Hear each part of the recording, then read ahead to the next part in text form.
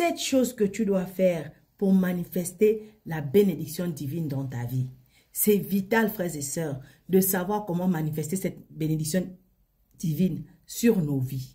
Parce que sans la bénédiction divine, tu ne peux pas marcher dans la puissance, tu ne peux pas marcher dans l'autorité, tu ne peux pas marcher dans l'accomplissement, tu ne peux pas marcher dans la certitude de la présence de Dieu dans ta vie, dans la certitude de l'aide de Dieu pour toi, dans la certitude de ton statut d'enfant de Dieu. Donc, il faut que cette bénédiction divine soit visible et aussi manifeste sur ta vie. Alors, qu'est-ce que la parole de Dieu nous dit? La parole de Dieu nous dit dans Marc chapitre 4, verset 25, « Car on donnera à celui qui a, mais à celui qui n'a pas, on ôtera même ce qu'il a. » Frères et sœurs, si jusqu'à présent tu n'es pas encore abonné, s'il te plaît, abonne-toi pour qu'on puisse grandir et se fortifier ensemble. Alors, quelles sont ces 7 choses-là dont tu as besoin pour manifester la bénédiction divine dans ta vie? La première chose, c'est la foi. La première chose, c'est la foi.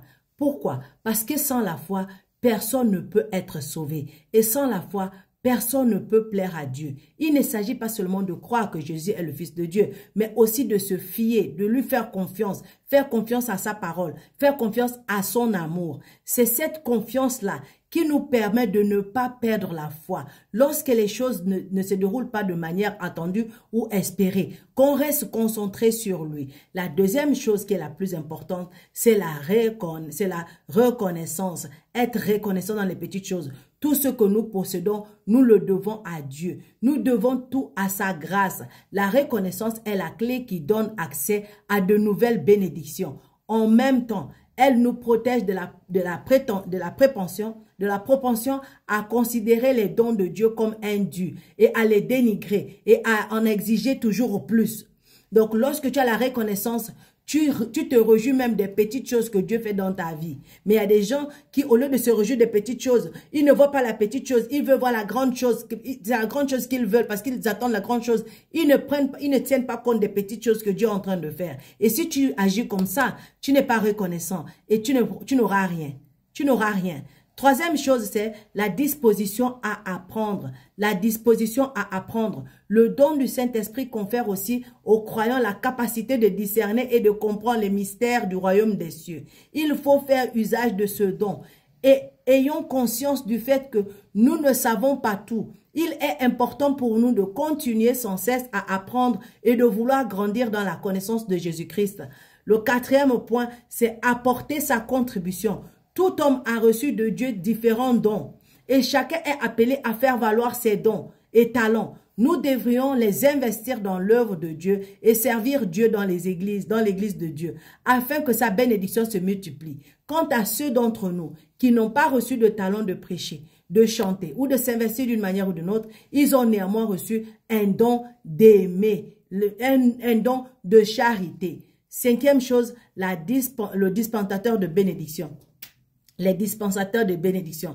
La multiplication miraculeuse opérée par Dieu de l'huile de la pauvre veuve était limitée par le nombre de vases qu'elle avait empruntés à ses voisins sur l'ordre du prophète Élie. Dans 2 Rois chapitre 4 verset 3. Pour être bénis, nous avons besoin de sources et de vases de bénédiction. Or, Dieu fait souvent de notre frère, de notre sœur, de notre prochain, une source de bénédiction. Acceptons donc notre prochain tel qu'il est, afin qu'il puisse être une bénédiction pour nous au jour du besoin. Sixième clé, c'est l'amour du prochain. Si nous nous contentons toujours d'attendre d'être aimés, nous ne recevrons pas beaucoup d'amour. Employons-nous plutôt à appliquer cette règle divine. Plus tu aimeras, plus tu seras aimé.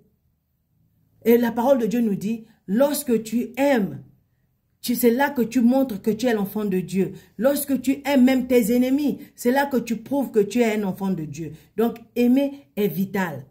Sixièmement, la parole de Dieu dit, dans 1 Jean chapitre 4, verset 16, « Nous avons connu l'amour que Dieu a pour nous et nous y avons cru. Dieu est amour et celui qui demeure dans l'amour demeure en Dieu et Dieu demeure en lui. » Le septième pilier alors, c'est la repentance. Une autre règle divine est celle-ci. Plus nous serons disposés à la repentance, plus Dieu nous fera grâce. La repentance est bien davantage que la peur d'une punition. Elle implique la résolution de vaincre le mal et la volonté sincère de se réconcilier avec son prochain. C'est pourquoi la parole de Dieu nous dit, si nous reconnaissons nos péchés, il est fidèle et juste pour nous les pardonner et pour nous purifier de tout mal. Donc, si tu as péché, si tu as fait une erreur, que tu penses que Dieu ne peut pas te pardonner, je vais te dire aujourd'hui que c'est faux. Tout ce que tu as péché, le seul péché que Dieu ne pardonne pas, c'est si tu insultes le Saint-Esprit. Mais si tu n'es pas arrivé au point d'insulter le Saint-Esprit, d'insulter Dieu, de ridiculiser Dieu, c'est que ce péché est pardonnable. Si tu te mets à genoux et tu demandes pardon à ton papa, il va te pardonner. Alors, si tu veux vivre dans la bénédiction, tu veux vivre dans la plénitude de la grâce de Dieu, tu veux vivre dans la faveur de Dieu, voilà les 7 points que tu dois mettre en pratique pour voir la bénédiction de Dieu régner dans ta vie et sur tous les domaines de ta vie. Si tu n'es pas encore abonné, abonne-toi. Shalom.